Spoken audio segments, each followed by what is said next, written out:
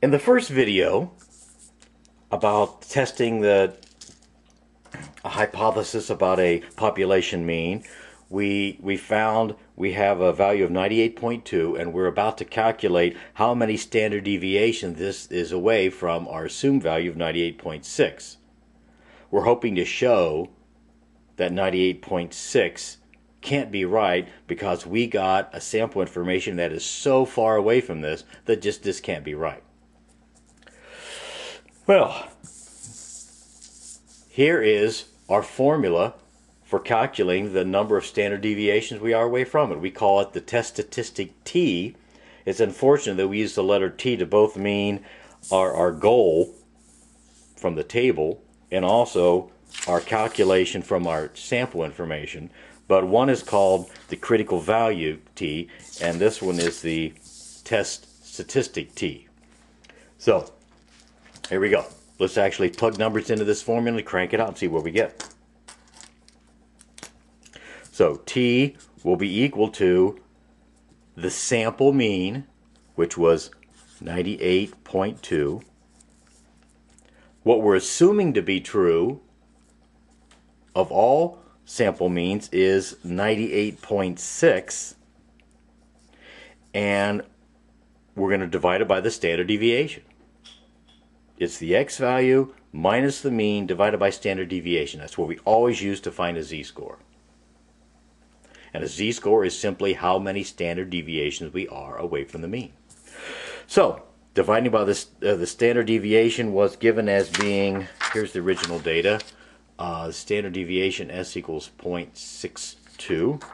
Alright, so that's 0.62, and our sample size was 106. So we're going to divide that by the square root of 106. Now, how are we going to enter this in the calculator? Well, I suggest we get a value for the numerator first. So this is equal to 98.2 minus 98.6 is, let me get my calculator. Once again, probably can't read this, so let me do it though. Let me turn it on, clear. Alright, so 98.2 minus 98.6 equals negative 0.4. Negative 0.4 divided by, okay, let's see what we're going to divide by. Well, whatever this number is, let's just do it all in the calculator. I don't want to have to write all these down. So we got to be careful though. We're taking a numerator and dividing it by another fraction. So when we enter this in the calculator, I want to make sure I put this whole denominator in parentheses. Otherwise, we won't get the right answer. So I've got my negative 0.4 on my screen. I'm going to divide it by parenthesis 0.62 divided by the square root of 106. Close the parenthesis for the square root, and now close the parenthesis for the entire denominator. Let me write out exactly, in case you didn't follow all that, let me write down exactly what I did. I took negative 0.4 divided by parenthesis 0.62 divided by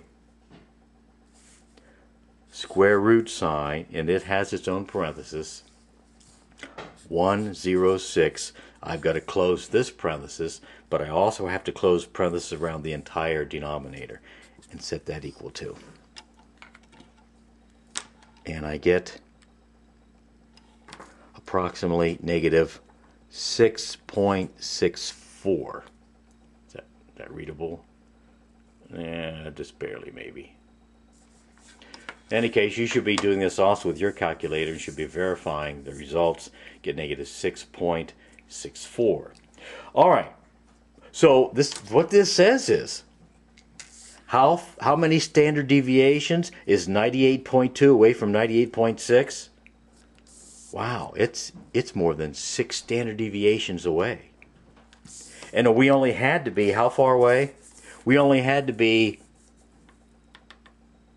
1.66 standard deviations away. So we're way. So back in our picture, we're like way over here. This 98.2 is actually way over here.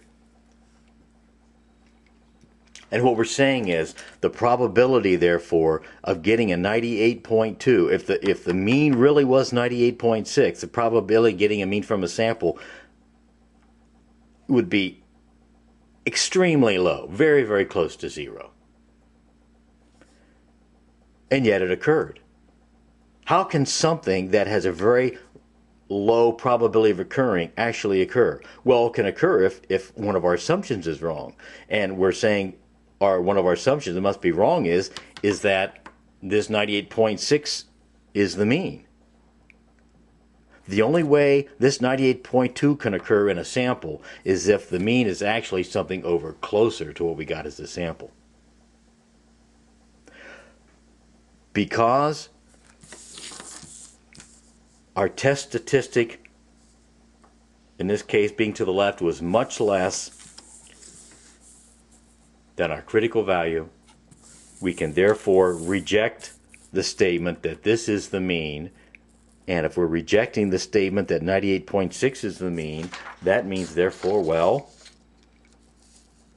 it supports the claim that the mean body temperature of humans is less than 98.6 degrees. So we say the sample data support this claim. And by the way, it's not supports. Data is plural. Datum is the singular. So this is plural, so the proper word is support. I know it sounds a little funny. The sample data support this claim. And this concludes our example of testing a hypothesis about a population mean.